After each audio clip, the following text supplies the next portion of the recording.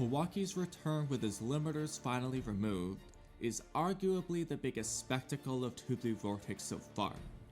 Not only was this just one of the cooler Two Blue Vortex fights, and chapters overall for that matter, but it's something many fans have been patiently waiting to happen. That makes it satisfying. And so, I'll go over the aspects that I personally like from this fight over the others lately, the millions of questions I have that this chapter sparked, how I think this chapter mostly did a good job of covering some loopholes it faced, the loopholes I think it missed and could have easily covered up, and some future implications moving forward. Let's start with the fights. I really enjoy the intellectual and strategic components to Naruto fights, where characters analyze their opponent's abilities and weaknesses and attack accordingly. Now, I'm not saying this was a Shikamaru vs Temari big brain 200 IQ strategy fight, but it had a more intellectual feel to it than the other Two Blue Vortex fights so far. Rather than just throwing random attacks at each other willy-nilly, jumbling together 3 random attacks and calling it peak teamwork like Team Shikacho, or just mindlessly happening to be stronger than the opponent and that's it like many of Boruto and Jura's other fights, Jura was actually doing certain things for a reason, in concept anyway. Jura was carefully analyzing his own weaknesses based on Boruto's reactions to various attacks, recognizing that the obvious preparatory moves are his Biju Bomb's greatest drawback, likely referring to him closing his eye and charging up the Biju Bomb. He deduces that his long-range sniper shots or close-range blast shots are likely better against intelligent and speedy opponents like Boruto, who can just teleport out of the way whenever they predict an attack coming. Moreover, rather than overpowering his opponent just to flex on them when they could easily use their abilities to win the fight, Jura specifically deduced that against opponents like Boruto, it's likely better to beat him down with his physical strength advantage rather than clumsily trying to hit him with a tail beast bomb. He's not just doing it to flex, he's doing it because it's the better strategy against Boruto. The same goes for some of Boruto's tactics, like his Shadow Clone Kunai Flying Raijin combo that he totally stole from Minato, teleporting to the sword that Jura slapped out of his hand and chopping off Jura's leg with it, charging up Uzuhiko while he was trapped in Jura's wood restraint last chapter, and so on. It wasn't anything crazy, but the little things count. As subtle as this is way more strategically thought out than literally anything else in Two Blue Vortex, and ironically, half of it's coming from a physical powerhouse alien who allegedly has no human prototype. It may not be anything extraordinary compared to many famous Naruto and Part 1 Boruto fights, but it's a welcome return to me. That said, I'm not gonna sit here and pretend Jura ever actually followed through with this analysis, since he continued to clumsily shoot his Biju Bombs even after stating that his sniper shots and close-range blast shots would be better against Boruto, and still continued to shoot his Biju Bombs even after stating that it's probably faster to clobber Boruto to death than to try and hit him with his Biju Bombs. So much for that analysis. He also never even used his sniper shots or shotgun blasts, which he himself stated to be the better options, when he very easily could have blasted Boruto in the face while they were duking it out at close range. He could have also just stabbed Boruto with his foot-long claw-marked finger instead of punching him and killed him on the spot, but you can easily chalk all that up to Jura not going all out because he's enjoying the fight and doesn't need a rush for any reason he's aware of. As long as he's making progress towards killing Boruto by physically beating him up over time, rather than constantly missing with his Biju Bombs, he's doing what he needs to. Nothing wrong with that. While we're at it though, I've got some questions for Boruto too. As we saw in this chapter, Boruto's base sword slice without any lightning release infused into it was enough to chop off Jura's leg, whereas Boruto's Rasengan did minimal damage to Hidari and absolutely no damage at all to Jura. So given that Boruto's Rasengan did minimal damage to Hidari, while his sword slash chopped Matsuri into like 50 pieces in one go and chops through claw grime like butter, why didn't he just chop Jura in half in chapter 22 instead of hitting him in the back with a Rasengan?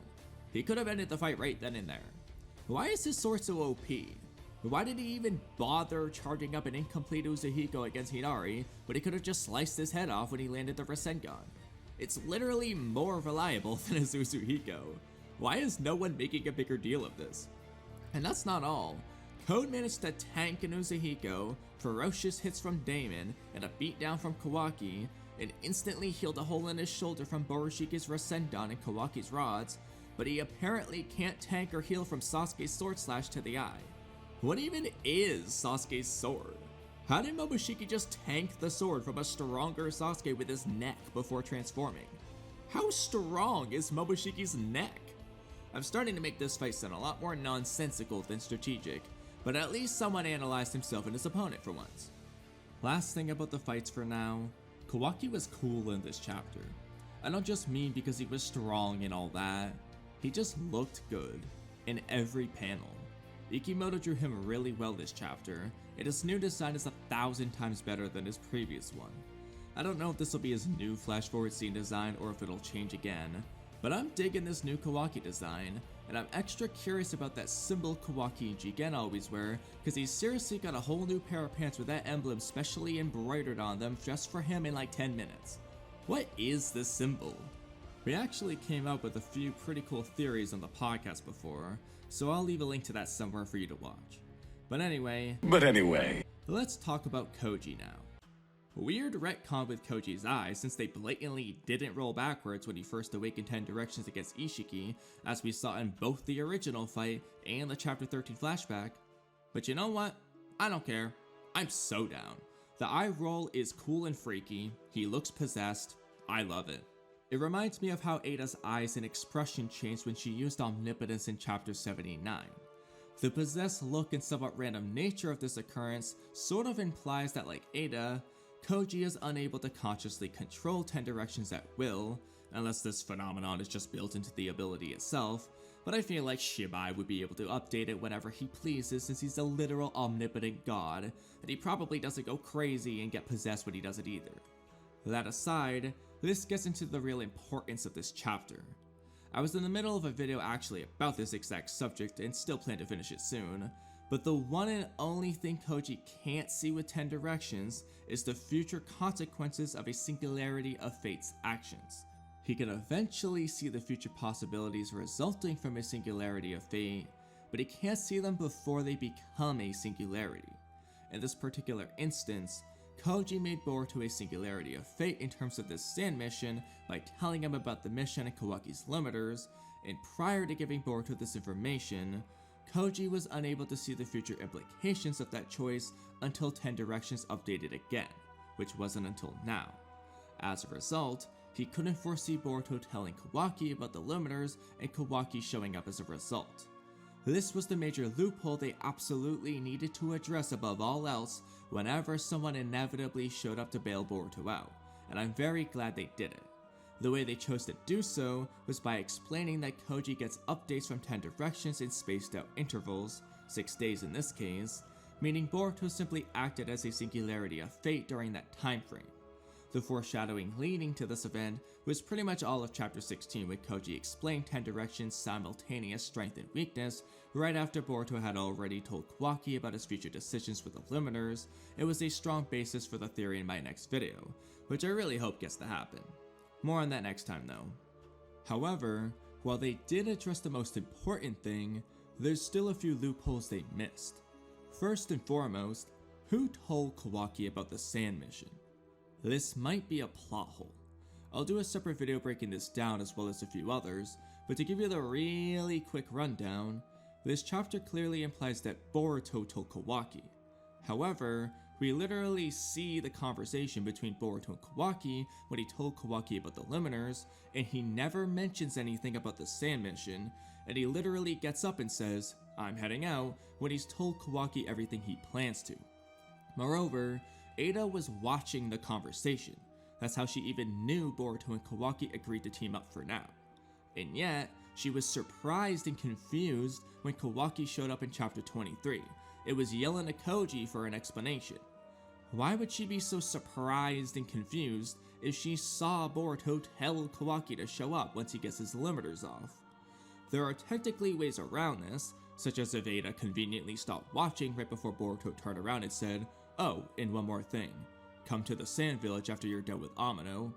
If Boruto left and then came back another time to tell Kawaki about the sand mission and Eida never watched this conversation, If Boruto told Delta instead, and she told Kawaki after Amado adjusted his power, and Eida never watched any of that. If Kawaki asked Shikamaru after he was done with Amado and Shikamaru told him, even though Koji said to only dispatch Konohamaru, Sarada, and Mitsuki, and so on. But all of these require some pretty convenient character decision making from multiple parties, and none of these make as much sense as Boruto just telling Kawaki himself when he was already talking to him the first time. This next one isn't a plot hole, for now anyway, but it's worth asking. Why did Koji tell Boruto about Kawaki's limiters and future decision to go see Amado if he didn't plan for Kawaki to do anything anytime soon? Koji is very selective about what he does and doesn't tell people about the future, even with Boruto, so he wouldn't tell Boruto about Kawaki having limiters and getting them removed unless he wanted Boruto to tell Kawaki about them so he could get stronger faster, just like Koji did with Boruto to learn Uzuhiko and Flying Raijin. But if he told Boruto to do that, why wouldn't he plan for Kawaki to fight Jura, or at least to save Konohamaru if and when things go haywire over there? Koji knows how strong future Kawaki is, so he can accurately gauge how effective he'd be against Matsuri or Jura. And since Kawaki would be on standby in this case, Sarada would still use her Mangekyo against Ryu, and since Jura wouldn't know Kawaki got a huge power up without actually fighting him first, Jura might not even show up at all in this case. This just seems like a no-brainer strategy, but for some reason Koji didn't do so, despite telling Boruto about Kawaki's limiters with the presumed purpose of having Boruto tell Kawaki about them. And if none of this was on Koji's mind at all, then why did he even tell Boruto about Kawaki's limiters in the first place? What was his goal? Why tell Boruto now as opposed to later? What was Koji's plan in the first place? Was Boruto ever supposed to go to the Sand Village at all? On one hand, the fact that Boruto planted Flying Raijin markers there suggests that Boruto not only knew exactly where the battles would be located, but was prepared to arrive there eventually if need be. However, based on how Jura heard Boruto talking about the Thorn Souls from like 3 miles away in chapter 12, this implies that Jura shares senses with the Thorn Souls themselves, similar to how he knew everything happening between Matsuri and Konohamaru via shared senses, unless Jura actually has supersonic 3-mile hearing. If that's the case, then Jura would still know if and when Boruto shows up to retrieve Ryu and Matsuri's Thorn Souls, it would still appear in order to kill Boruto, which Koji obviously wouldn't want. But if that's the case, why would he have Boruto plant real Flying Raijin markers there instead of fake ones? Having the toad and the markers there to lure Ryu and Matsuri to that spot makes perfect sense, but why give Boruto an opportunity to actually teleport there if Koji doesn't want him to? There's really only 2 reasonable explanations. Either Boruto insisted on having the ability to show up if the need arose, or Koji actually wanted Boruto to go there in the worst case scenario. So what would that worst case scenario be? Let's first consider Koji's ideal plan. Based on his dialogue, demeanor towards Boruto, and general confidence in his plan, Koji most likely anticipated that Konohamaru would die and that Mitsuki would finish Matsuri off while she's in her weakened state. From there, Jura would either never show up at all and Moegi and Shinki would both be freed, or Jura would show up and Mitsuki would wisely leave Matsuri's Thorn Soul behind in exchange for sparing his team, which Jura would likely go along with, since his characterization has led him to consistently do so unless those people really interfere with his plans and encourage him to observe how love affects their decision making. But if Mitsuki immediately backs down, as he likely would in character, Jura would most likely let them go. In this case, the only positive outcome of this battle would be Sarada's Mangekyo and possibly some development for Mitsuki, depending on how his battle with Matsuri would have played out. While this wouldn't be a great turn of events from Team 7's perspective, it would be exactly what Koji wanted, as he implied after Sarada finally used her Mangekyo. Okay, that's all fine and dandy, but what if Mitsuki lost to Matsuri and her exploding rage led her to target Mitsuki and Sarada out of spite for Konohamaru? This spells nothing but bad news for Koji, since even now Sarada is still unconscious, meaning she would be completely helpless against an enraged Matsuri. Since Sarada's Mangekyo was one of the most crucial and anticipated outcomes of this battle according to Koji, he likely wouldn't want to waste that development by letting Sarada die. And so, perhaps Boruto was supposed to teleport there to save Sarada and immediately leave if worse came to worst.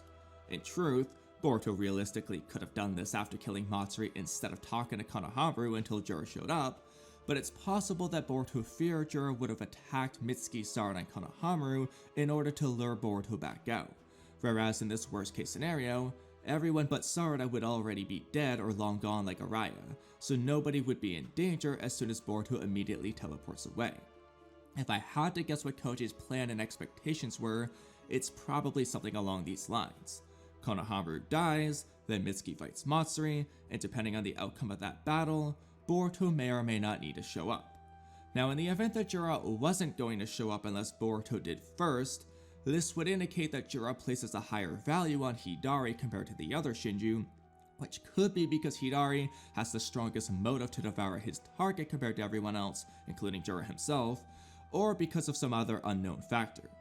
Either way, if that is what would have happened had Boruto not intervened, then I'd like to see that idea manifest itself in one way or another, whether that's by Jura not bothering to save Matsuri or Ryu by the end of this battle, Jura making a comment about it, him only bothering to save them if the Thorn Souls are literally thrown at him making a comment that clearly displays his greater interest in Hidari compared to the other Shinju, and so on. Obviously, this all depends on whether Jura would have saved Matsuri or Ryu or not, or if he plans to now or not, so we'll have to wait a bit before discussing this further. But anyway, let's get back to Koji's 10 directions. As made clear by this chapter, Koji does not get constant updates from 10 directions 24/7. The last update he got was 6 days ago. Now there are two ways we can interpret this.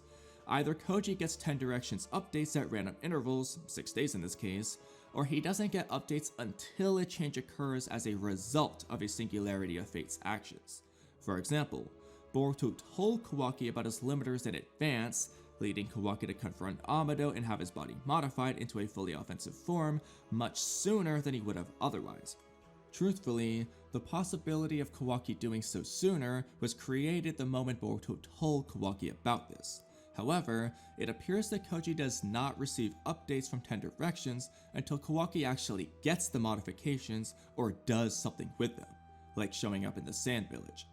Either interpretation is certainly possible, but I think the latter works better as a weakness to 10 directions, amplifies the unknown territory of a singularity of fate to a greater degree, and removes the pure coincidental nature of Koji happening to get an update right before Kawaki shows up, rather than literally any other moment in time. So that's my preferred option, but either one technically works. As for whether the update was caused by Amado removing the limiters from Kawaki, or from Kawaki going to the Sand Village, it really could go either way. On one hand, Kawaki seemingly would never go to the Sand Village unless the limiters were removed, but on the other hand, Kawaki going to the Sand Village is the thing that never happened in Koji's visions, so upon Kawaki doing the seemingly impossible, 10 Directions was forced to update to reflect what has become the past, since Kawaki would have already shown up in this case. Obviously, some of that would apply to the limiters too, but it works the strongest with Kawaki's arrival in the Sand Village. As far as the timing goes, Koji got the update before Kawaki actually confronted Jura, which could either be because the update occurred when Kawaki's limiters were removed, then he teleported to the Sand Village soon after that, or because the update occurred when Kawaki teleported to the Sand Village, where he ended up in a different location and then flew over to Jura after that. Either one technically works, and both have their weird aspects to them, like Kawaki going to the store and getting a new outfit in 30 seconds before teleporting to Jura in the first case, or Koji getting an update from Kawaki teleporting to a random spot and then flying over to Jura separately in the second case. So for now, I'm pretty 50-50 on which is more likely. There's a lot more I want to cover with this chapter, but seeing how much I've already cut from the review, how long it's taken me to do all that, and half of this video might be completely reordered by the time it's out, I'm just gonna speedrun a couple more topics before wrapping up. Coming back to the fight between Boruto and Jura, let's go over a couple more interesting observations. First off, apparently you can grow and shrink an already existing claw mark. That's new. Unless Ikimoto's drawings are just wildly inconsistent, Jura literally grew the claw mark on his middle finger into a foot-long sword and shrunk it back down to normal size afterwards. That's kinda cool. Is that an ability unique to Jura, or can Ko do this too? Moreover, these things are strong as hell. Remember how strong Boruto's sword apparently is? Jura's middle finger managed to not only block that sword on multiple occasions, but chip it too. That's wild. What makes this even crazier is that based on how Jura blocks the sword both times, as well as the fact that Ryu and Hidari's jackets are literally just one giant claw mark, it seems like those studs on the claw marks are specifically what's so strong, rather than the whole claw mark itself. Those little itty bitty studs are the ultimate defense apparently. With that in mind, why hasn't Code ever tried this? Does he just not know about it? He's able to create and remove claw marks at will, so why not cover himself in them for the ultimate defense apparently? I can't imagine Koji and Amado never discovered this use of the claw marks, and it can't be that heavy if average Joe Leaf Ninja can't even feel these things on their neck. Even if they're not as durable as Jura's finger, they would still be a worthwhile offensive and defensive amp for Code's body, given that Boruto's sword can slice through Jura like butter, but Jura's claw mark finger can block and chip it. It's also a practically instant defense since Code can just spawn them wherever he's about to be hit. No need to worry about Boroshiki's Rasendan when you have these things handy. Another interesting thing about this fight is the fact that, unless he's just choosing not to heal, even Jura apparently can't heal on his own. He seemingly needs to use the Clawmark Cube and Giant Tree like the other Shinju.